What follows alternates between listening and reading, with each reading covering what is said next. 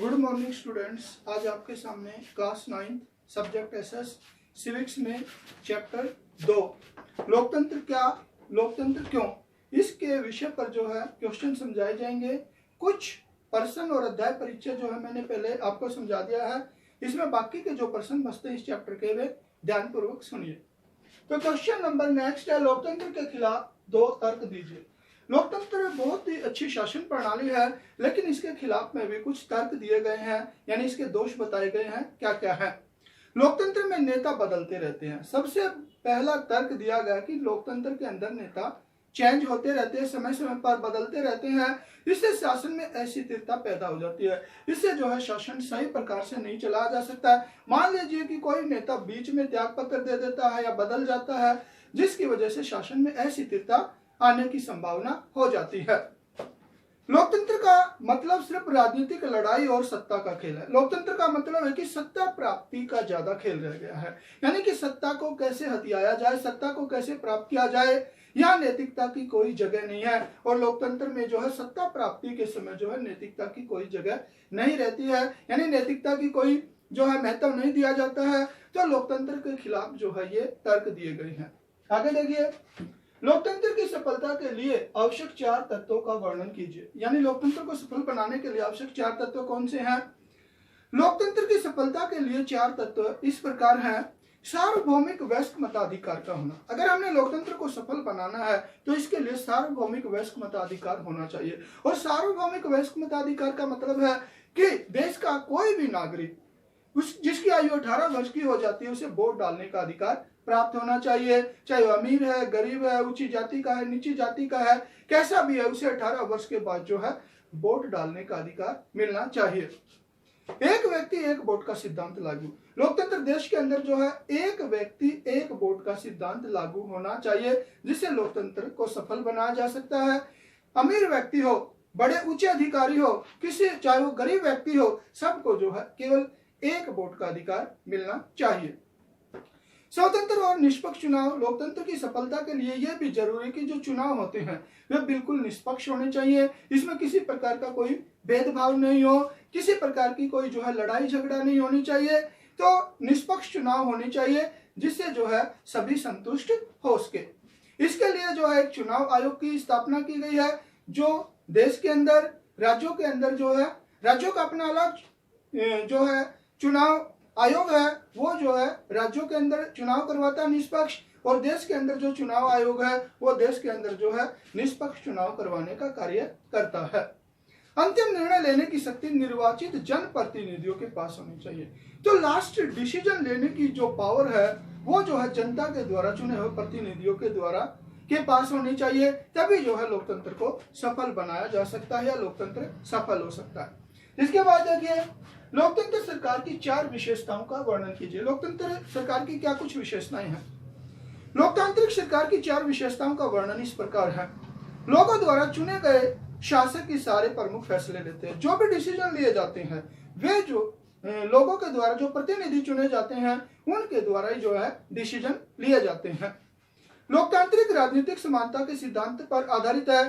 तो जो लोकतंत्र है वो जो है राजनीतिक समानता के सिद्धांत पर आधारित है, यानी कि वोट डालने का अधिकार, चुनाव लड़ने का अधिकार, प्रचार करने का अधिकार सभी लोगों को जो है बराबर है। कोई भी जो है चुनाव में प्रचार कर सकता है, कोई भी जो है वोटों के अंदर मतलब चुनाव में खड़ा हो सकता है, अपने मत का प्रयोग कर सकता है। यह विकल्प और अवसर सभी लोगों को समान रूप से उपलब्ध हों। तो लोकतंत्र के अंदर जो चुनाव लड़ने का अधिकार है, वोट डालने का अधिकार है, प्रचार प्रसार का अधिकार है, सत्ता को बदलने का अधिकार है, वो सभी लोगों को बराबर होना चाहिए। इस चुनाव से बनी सरकार संविधान द्वारा तय बुनियादी कानूनों और नागरिक अधिकारों के दायरे को मानते हुए काम करती है। लोकतंत्र की सबसे बड़ी विशेषता यह है कि यह नहीं कि जो प्रतिनिधि चुन लिए जाते हैं वे अपनी इच्छा से हर कार्य करें, ऐसा बिल्कुल नहीं है। जो चुने हुए प्रतिनिधि है या उनके द्वारा जो बनाई हुई सरकार है वे संविधान द्वारा तय बुनियादी कानूनों के अनुसार कार्य करे और नागरिक अधिकारों के दायरे को मानते हुए काम करे। और जो नागरिकों को मौलिक अधिकार मिले हुए हैं उन्हें किसी प्रकार का मतलब हानि न पहुंचाए। तो कहने का मतलब यह है यहाँ पर जो चुने हुए प्रतिनिधि है उन्हें जो है संविधान के अनुसार कार्य करना पड़ता है। इसके बाद है लोकतांत्रिक शासन प्रणाली एक बेहतर शासन प्रणाली है। इस कथन के पक्ष में तर्क दीजिए। तो लोकतंत्र शासन प्रणाली जो है बहुत ही अच्छी शासन प्रणाली है और दूसरी प्रणालियों से काफी अच्छी है। तो किस तरह से अच्छी है देखिए, लोकतांत्रिक शासन प्रणाली एक बेहतर शासन प्रणाली है। इस कथन को निम्नलिखित तर्कों के द्वारा सिद्ध किया जा सकता है। सबसे पहला, लोकतांत्रिक शासन पद्धति दूसरों से बेहतर है। तो लोकतांत्रिक शासन प्रणाली जो है दूसरी शासन प्रणालियों जैसे कि आपकी तानाशाही शासन प्रणाली है उनसे काफी अच्छी है, क्योंकि यह शासन का अधिक जवाबदेही वाला स्वरूप है। क्योंकि लोकतांत्रिक शासन प्रणाली है उसको जो है जनता को जवाब देना पड़ता है। जनता द्वारा जो चुने हुए प्रतिनिधि हैं उनको जो है जनता को हर तरह का जवाब देना पड़ता है। इसलिए यह प्रणाली बहुत ही अच्छी प्रणाली है। लोकतंत्र में निर्णय बहुत विचार विमर्श और चर्चा के पश्चात लिए जाते हैं। लोकतंत्र के अंदर जो भी डिसीजन लिए जाते हैं वो जो है सोच समझ के लिए जाते हैं।